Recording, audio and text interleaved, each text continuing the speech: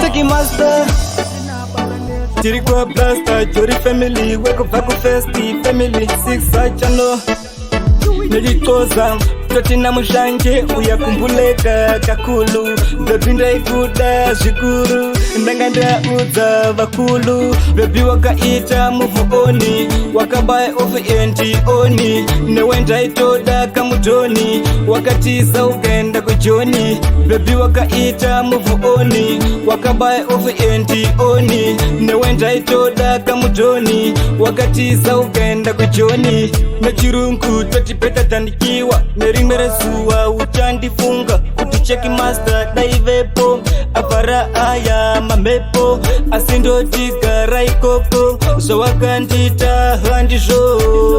Kumora nyuchi Zisiri mumukoko Bebi wakaita muvu oni Wakabaye ofu enti oni Newenda itoda kamutoni Wakatiza ugenda kujoni Bebi wakaita muvu oni Wakabaye ofu enti oni Newenda itoda kamutoni Wakatiza ugenda kujoni Najitoza Toti na mushanje uyakumbuleka kakulu Bebinda ikuda zhikuru Ndanganda uza vakulu Manasekulu neva zukulu Asi wakaratiza kusandida Staironga zvaipinda chibuda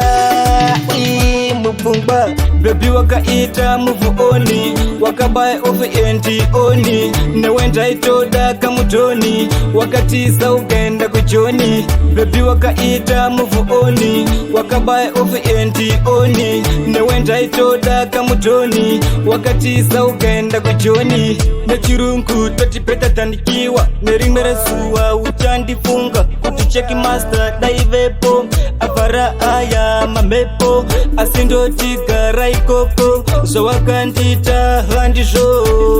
Kumora nyuchi Zisiri mumukoko Bebi wakaita muvu oni Wakabaye ofu enti oni Newenda itoda kamutoni Wakatiza ugenda kujoni Bebi wakaita muvu oni Wakabaye ofu enti oni Newenda itoda kamutoni Wakatiza ugenda kujoni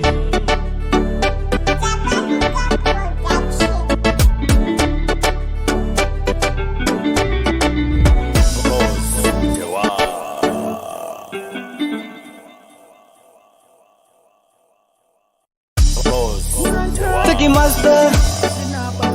Tiri kwa blaster Jori family Weko vaku festi Family 6 channel